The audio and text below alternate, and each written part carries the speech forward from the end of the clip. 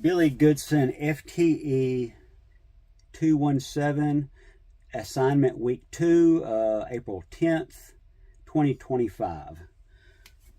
Firstly, this is my exploded view of my firearm, laid out in a manner that you can see all the different parts. We're going to go through the 6 that I was randomly chosen. Bolt catch spring. This is the bolt catch spring. It is part of the bolt catch assembly. The bolt catch assembly, I guess it would be part of the feeding.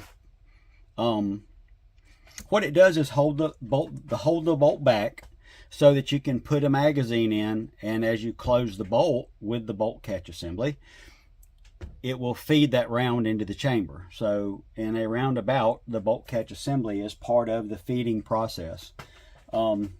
Buffer tube. This is your buffer tube with the end plate and the castle nut on it.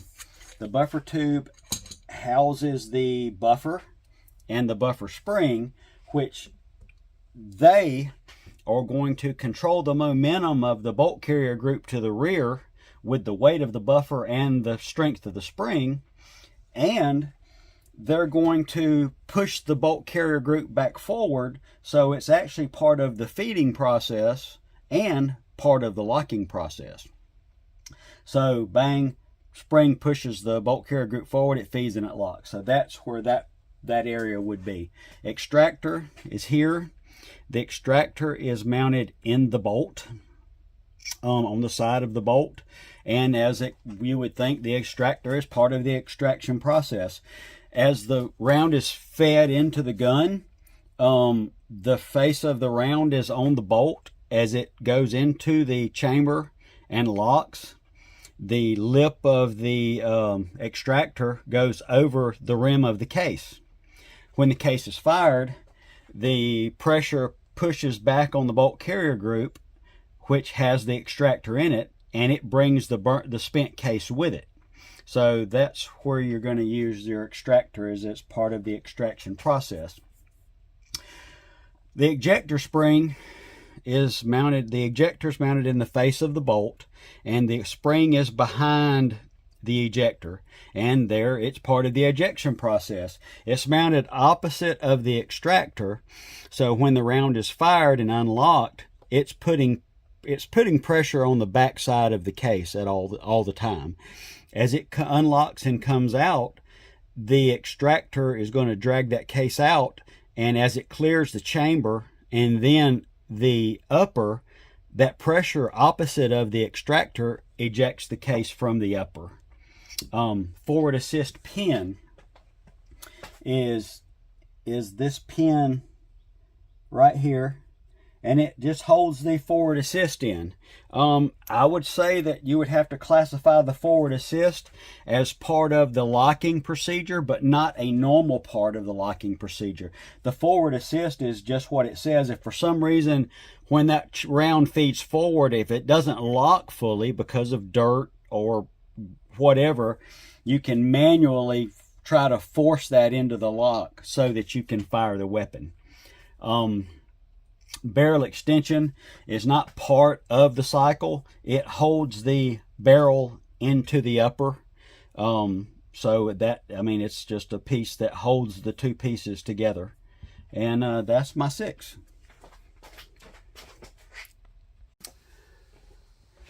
Billy Goodson FTE 217. This is our second part of our assignment week 2, April 10th, 2025. First thing I'm going to do is make this gun safe. The gun is on safe. Pull the bolt carrier to the rear and lock it. Visually inspect the chamber. Physically inspect the chamber. It is empty. The gun is on safe. We have no landed ammunition in the area. We will load the magazine with a couple of dummy rounds. First thing we'll do is talk about feeding. Feeding happens when a magazine is loaded into the gun. You press the button to move the bolt carrier forward. Spring tension pushes the bolt carrier forward. The bottom of the bolt will catch the rear of the case, pushing it from the magazine, and that is feeding. Chambering happens is that bullet continues to move forward, being pushed by the bolt until it lines up with the face of the bolt. Locking happens as the bolt moves past the barrel extension lugs, and the lugs, the pivot pin rotates the bolt so that the lugs no longer are in alignment, or they are now in alignment, so that that bolt is in line with the bolt with the same lugs in the extension, and that can't come out. Pull the trigger, fire the propellant, primer lights the propellant, bullet starts to exit the barrel. Unlocking happens when that bullet travels down the barrel past the gas tube. The gas tube will push that gas pressure into the gas key and will start pushing back on that bolt carrier group, which will make that pivot pin again rotate the bolt, which will at that point unalign the lugs with the bolt and the lugs with the barrel extension, allowing the bolt carrier group and the bolt to continue to move rearward. That is unlocking. Extracting will happen when the extractor, which is locked into the lip of the case, which happens at lockup, moves rearward with the bolt carrier group, and it pulls that case with it. The extractor is locked in the lip of that case, and the rim of the case is bringing it rearward, and that's extracting it from the barrel extension. Ejection happens as it continues to go back. That spring-loaded ejector is on the opposite side of the face of the bolt than the extractor, so it's pushing out on that one side.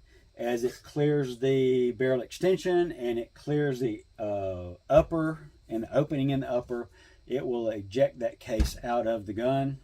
And as the bolt carrier continues to move rearward, it will push the hammer down, recocking the hammer and allowing the gun to be fired again.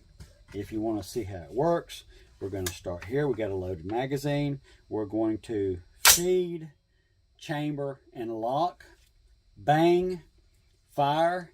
We are unlocking and extracting and ejecting, and we will cock at this point, and we are ready to fire again. And that's it.